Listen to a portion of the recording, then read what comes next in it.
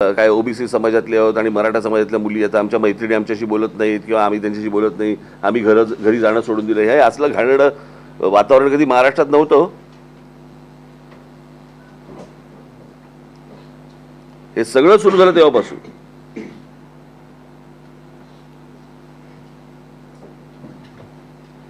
बोला.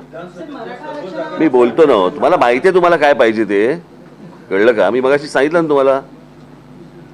हां, तुम्हाला अपेक्षित जे काय आहे ना ते मी बोलीन त्याच्यावरती.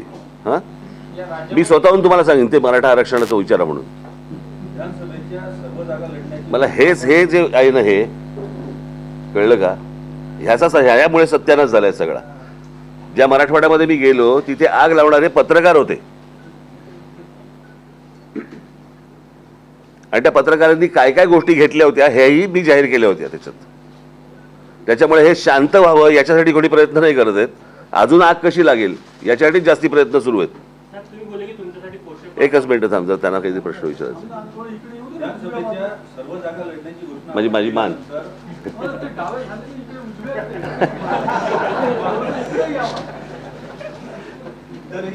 जर काही पक्षांचे लोक आपल्याकडून लढण्यास उत्सुक आहेत का, आपल्याकडे अप्रोच झाले का?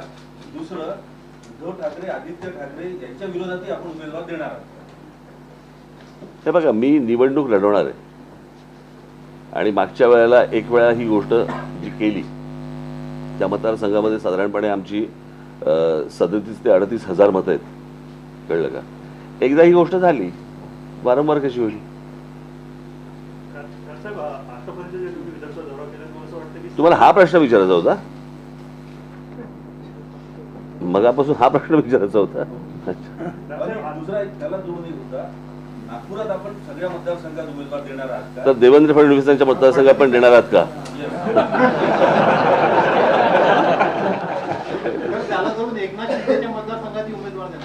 सगळ्या मतदारसंघांमध्ये उमेदवार देणार.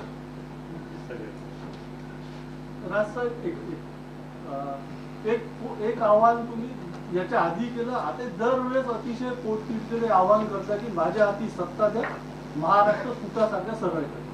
यापूर्वी पण तुम्ही हे आव्हान केलेलं, पण तरी देखील तुमच्या हाती सत्ता देत नाही लोक. तर याच्यावरच्या कारणांचा काय? देतील ना. मला असं वाटतं 52 सालापासून भारतीय जनता पक्ष पण हेच बोलतोय.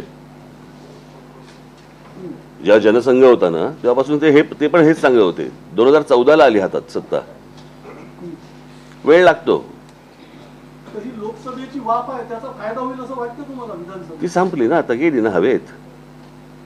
आता विषय विधानसभेचा आहे ना. हो, तर तुम्ही म्हटलं ना की लोकसभेची वाफ म्हणजे आता विधानसभेत निघेल, याचा फायदा होईल. निघाली असं म्हणालो मी. मला बरोबर बोलतो ना मी? हा, मी निघाली असं म्हणालो मी. महायुतीला असं वाटतं की लाडकी बहीण योजनेचा त्यांना खूप फायदा होणार आहे. आपलं आकलन काय आहे? लोक खूप हुशार आहेत. कळलं का?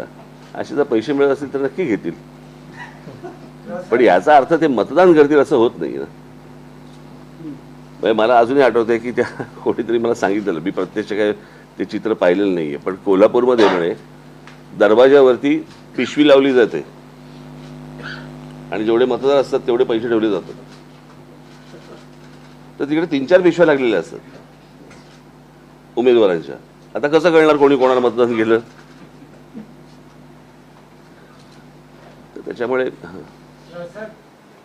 महाराष्ट्रात बालिकांवर अत्याचारचे प्रकार वाढलेले,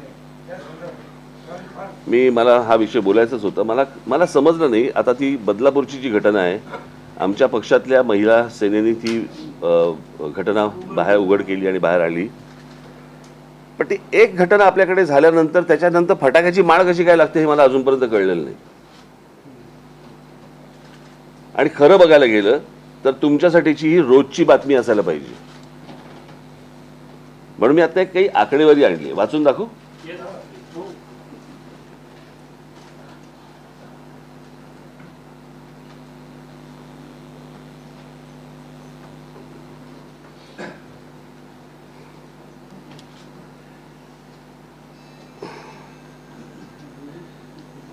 ही माहिती आहे नॅशनल क्राईम रेकॉर्ड्स ब्युरोची. ओके, गेल्या काही वर्षात शासनाने अनेक योजनांच्या घोषणा करूनही त्यासाठी कोट्यवधी रुपये खर्च करूनही महिलांवरच्या अत्याचारामध्ये सातत्याने वाढ होते आहे. देशात मी हे तुम्हाला सांगतो, आता हे 26 तारीख काय 26 तारीख ना, आज 24 आहे. आता भारत बंद करणार होते ना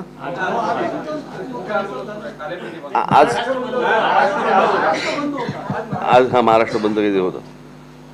तर ज्यांनी हाक दिली ना त्यांच्यासाठी पण आहे आणि अत्याचारांसाठी पण आहे.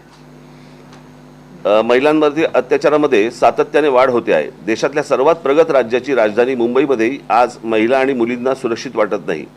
आकडेवारी इतकी वाढते आहे की आपल्या राज्याची तुलना ही सतत उत्तर प्रदेश आणि बिहारशी केली जात आहे. 2023-24च्या आकडेवारीनुसार राज्यात महिला तरुणींचा विनयभंग आणि छेडछाडीचे सर्वाधिक गुन्हे मुंबईत नोंदवले गेले आहेत.